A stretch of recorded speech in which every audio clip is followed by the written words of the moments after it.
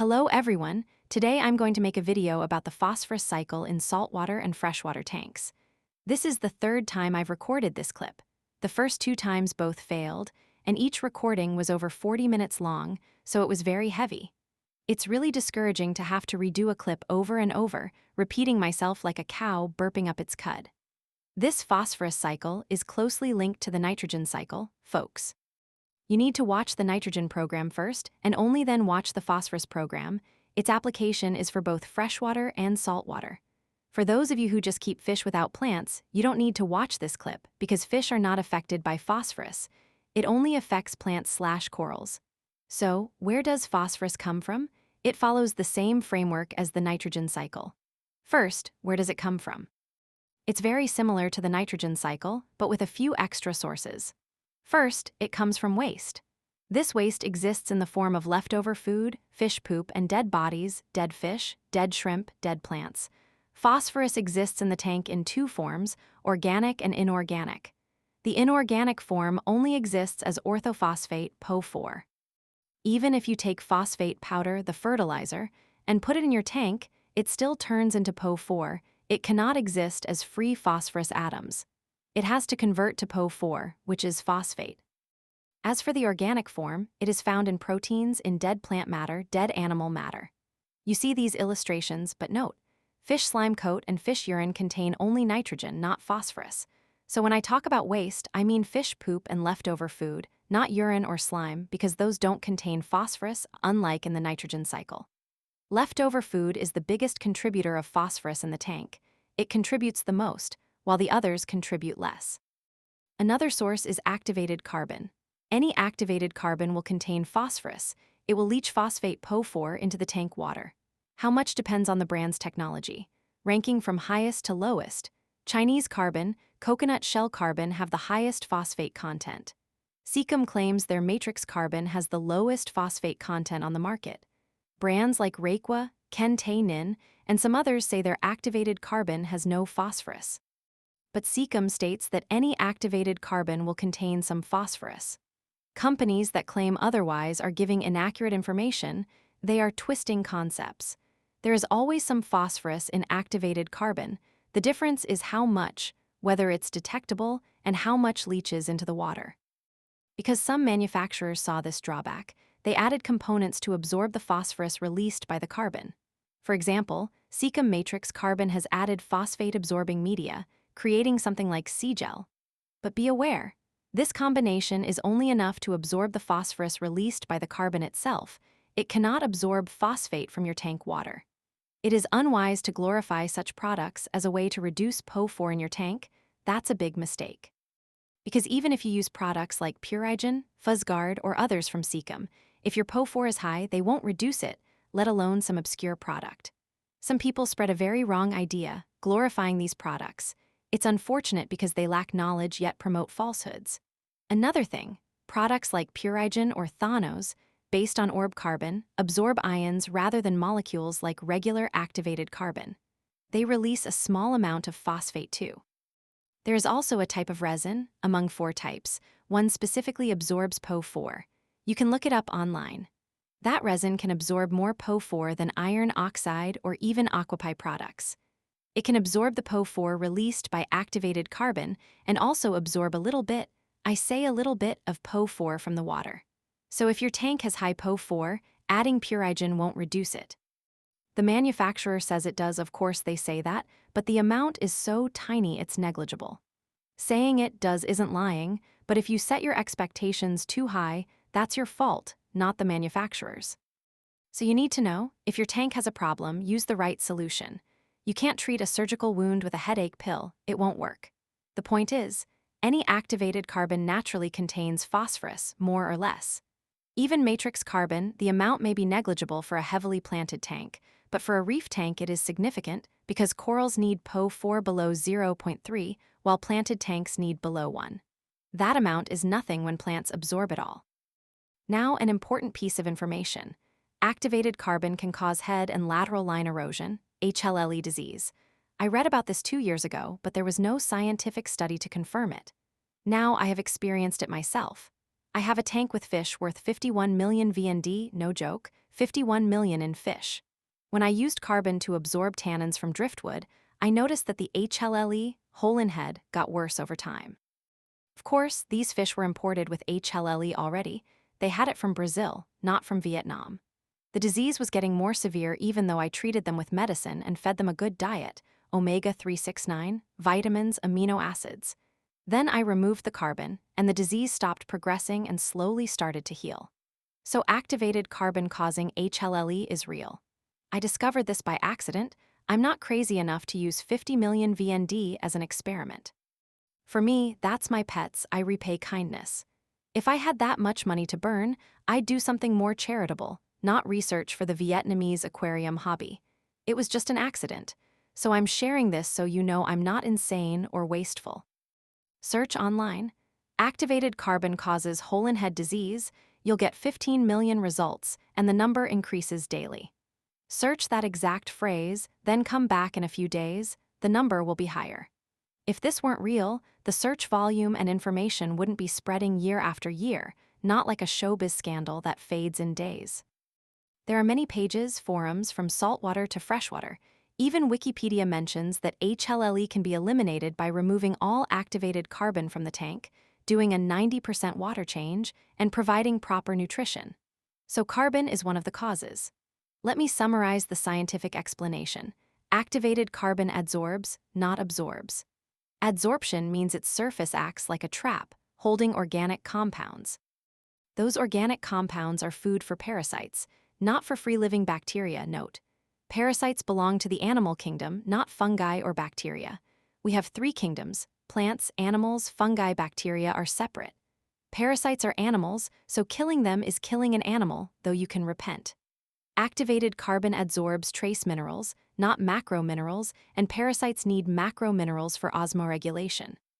Without a host, parasites can still live, reproduce, and spread in the tank, infecting the intestinal tract of fish, causing HLLE. This disease is common in cichlids, discus, angelfish, oscar, especially wild-caught. There's no prevention because they get it at the collection point in Brazil. Captive-bred fish can also get it.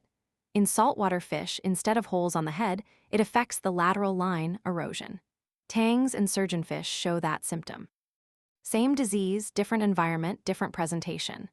This disease takes a long time, years, to kill the fish. It's an intestinal parasite that shows skin symptoms. The fish eats but stays skinny. That's extra info, but my advice: do not use activated carbon continuously in your tank. Some manufacturers also recommend using it only temporarily, e.g., when water is cloudy or polluted, you put it in, then remove it. Or after medication, carbon removes meds in 24-48 hours, then remove it. But many modern meds, API, Secum, degrade in 24-48 hours anyway, so carbon isn't necessary. Third source of PO4 spikes: phosphate buffers, pH buffers. For example, discus buffer, Ackwalder buffer, etc. These raise your PO4, sometimes off the charts, over 1020. The reason people use phosphate buffers is that they are more stable than carbonate buffers. They also soften water, reduce osmotic pressure and electrolyte stress for soft water fish. Another advantage: some contain organic acid radicals, amino acid radicals with PO4 salts that enhance color, especially for fish like arowana, red dragon, redfish, snakeheads. So when you add Secum's discus buffer, your fish color up. The concentration in wanna buffet, maybe a play on words, is higher than discus buffer, hence more expensive. These are 3 advantages. The biggest disadvantage is increased PO4. But that disadvantage doesn't matter if you keep only fish. As I said, PO4 doesn't harm fish-only tanks. For planted tanks or shrimp tanks, you obviously wouldn't use this product, so avoid it in tanks sensitive to PO4. In those tanks, you have to use carbonate buffers, but they are less stable, especially in weak acidic environments. Another source: tap water. Tap water does not contribute significant PO4 to the tank, even planted tanks, because tap water PO4 is very low and plants absorb it. The reason tap water contains PO4 is to protect pipes from corrosion. Well water, if it's near areas contaminated with urea or phosphate fertilizers, it will have both nitrogen and phosphorus. But that's polluted water, not worth discussing.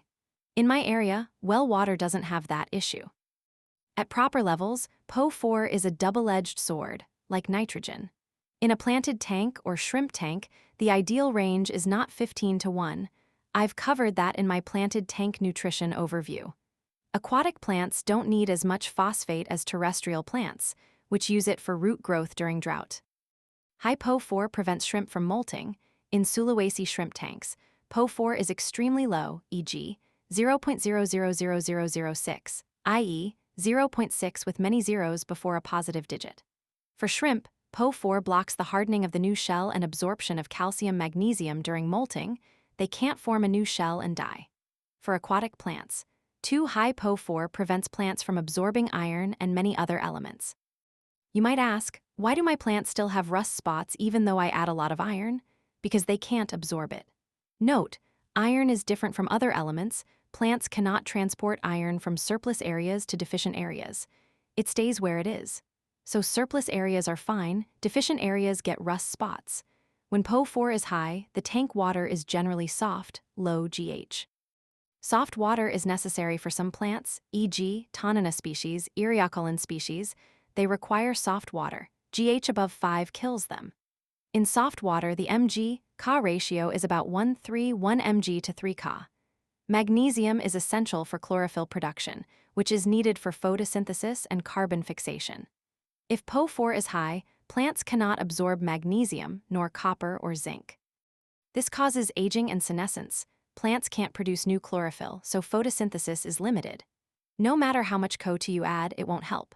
Without carbon, they can't make amino acids or absorb organic compounds. Then you see a domino effect. Plants become weak, ugly. When iron combines with PO4, it forms iron, Roman 3 phosphate PO4, which plants cannot absorb but black beard algae BBA can. When BBA absorbs it, it triggers an outbreak.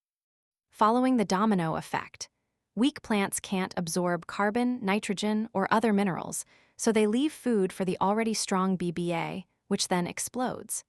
Just one sign of BBA, and a few days later you see massive growth.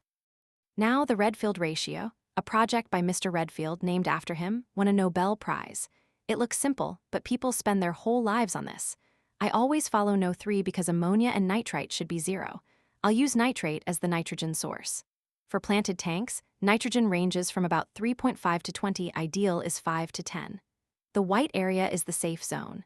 At No3 equals 5, the safe PO4 range is 0.3 to 1. That's the balanced safe zone. Outside that zone, problems occur. If the ratio is above the safe zone, e.g., NP equals 25:1, meaning PO4 below 0.1, that's the blue zone, algae blooms. If the ratio is below, e.g., PO4 1.1 relative to No3, that causes cyanobacteria. So it's not just high PO4, it's the imbalance with No3. The white zone, No3 510, PO4 0.31, gives optimal plant growth, no algae or cyano.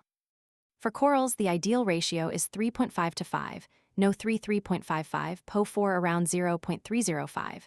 Actually, from the graph, at No3 equals 10, PO4 equals 0, 3-1. For corals, they target 3.55 No3, so PO4 lower.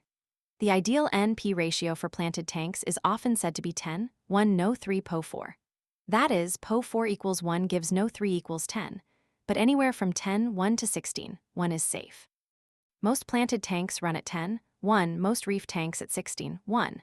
So if No3 equals 10, divide by 10 gives PO4 equals 1. If No3 equals 20, PO4 equals 2. You can use this table or just keep the ratio between 10 and 16. Above 16 causes algae, below 10 causes cyano. Now back to the main slide, I'll go into more detail in the NPK fertilizer video for plants. Next, for corals. If PO4 is too high, it causes a bloom of zooxanthellae symbiotic algae inside coral cells. This algae is mostly brown, overshadowing the coral's natural color. The coral becomes too brown. First, it loses color. Second, when zooxanthellae overgrow, they photosynthesize too much, producing oxygen within the coral tissue, causing gas bubbles. Then the coral expels all the algae, but it's not smart enough to expel just the excess, so it expels everything. This process consumes enormous energy, like a person with food poisoning taking laxatives, vomiting, diarrhea, blood pressure drop. After that, you can only lie still. If you then force that person to go out, cook, and find food, they can't. Without zooxanthellae, corals must switch to hunting, catching prey, which requires even more energy. They can't survive. So that's what happens to corals. From my experience with planted tanks, most cases have PO4 deficiency, not excess. The harmful effects of excess PO4 rarely occur in planted tanks unless you use low-quality substrate. I always use premium substrate, so I've never had excess, only deficiency. I prefer inert substrate because I want to control everything, not be led by the nose. With inert substrate, if something is deficient, I can add it, but if it's excessive, reducing it is very difficult. This applies to everything, not just planted tanks. The role of phosphorus. It's a macronutrient NPK that forms cells and balances nitrogen. I already explained nitrogen balance. It participates in photosynthesis, respiration, and root formation. For terrestrial plants, during dry season, phosphate fertilizer promotes root growth to find new water sources and become more drought-resistant. For aquatic plants, if you use inert substrate and liquid fertilizers, roots don't develop much because aquatic plants absorb nutrients through all organs, leaves, stems, as I said in part 1 of the planted tank overview. They don't depend on roots. However, if you use a nutrient-rich substrate with a deep layer, roots must grow down to access nutrients, so they develop strongly. For corals, a very small amount of PO4 is needed for growth. Testing at 0 is also a problem. The nitrogen cycle cannot establish without PO4. Why? There are 2 pathways like the nitrogen cycle, autotrophic or heterotrophic. Bacteria need PO4 for cell division, cell wall formation, and reproduction. The nitrogen cycle bacteria are no exception. They need PO4 to build bodies and multiply. So without PO4, the nitrogen cycle fails, no matter how good your filter media or bottled bacteria are. Many people still like to cycle without fish. You can add food, but the bioload may be mismatched. As I said from the beginning, leftover food is a complex protein. Fish poop and slime are simple proteins. Bacteria will use the simple protein to build the cycle faster. Complex protein requires enzymes to break it down first, which takes much longer. Almost all my cycle videos show me adding fish immediately, except for shrimp tanks. Even reef tanks, I use that method to match the bioload and build both cycles simultaneously, nitrogen and phosphorus. They run together. If you use Seability, maybe a brand, it only runs the nitrogen cycle, not the phosphorus cycle, so it reduces PO4 only very slightly. The main bacteria that consume PO4 quickly are the VIP bacteria, similar to denitrifying bacteria, anaerobic, that convert NO3 to N2. They require anaerobic filter media. I have a video on that. Next time I'll show you how to set it up properly. Currently, only 3 brands have anaerobic phosphate-reducing bacteria: Reef, Container, ProbioScan, and WAPVipro, maybe 4. No others. These 2 cycles are closely linked, the red-filled ratio. If one increases, the other cannot decrease. For example, if NO3 is 0, PO4 cannot decrease, it only increases. And if PO4 is 0, NO3 cannot decrease, it only increases. That's also related to the red-filled ratio, but at 0 levels you see it clearly. The 2 cycles are tied to the red-filled ratio. When out of balance, one type of bacteria can't handle it. Only heterotrophic bacteria are indiscriminate. They consume organic matter regardless. When initial waste decreases, all subsequent problems decrease. All autotrophic bacteria can reduce both nitrogen and PO4, but some are better than others. Currently, Abial, maybe a product, has the highest ability to reduce PO4, unmatched, even by autotrophs. It doesn't require any anaerobic filter setup, and it works quickly and immediately because it has an enzyme that converts free PO4 into an organic phosphate compound, which bacteria immediately consume. You will see oxygen levels drop sharply. Fish may gasp if your tank is very dirty and oxygen depleted due to high PO4. That's your fault for letting the tank get so dirty, not the products. For shrimp tanks, they are too sensitive. When PO4 fluctuates, it can get trapped in their gills. Large fish can handle it, but shrimp cannot. So that product cannot be used in shrimp tanks. Shrimp tanks must use traditional methods, autotrophic.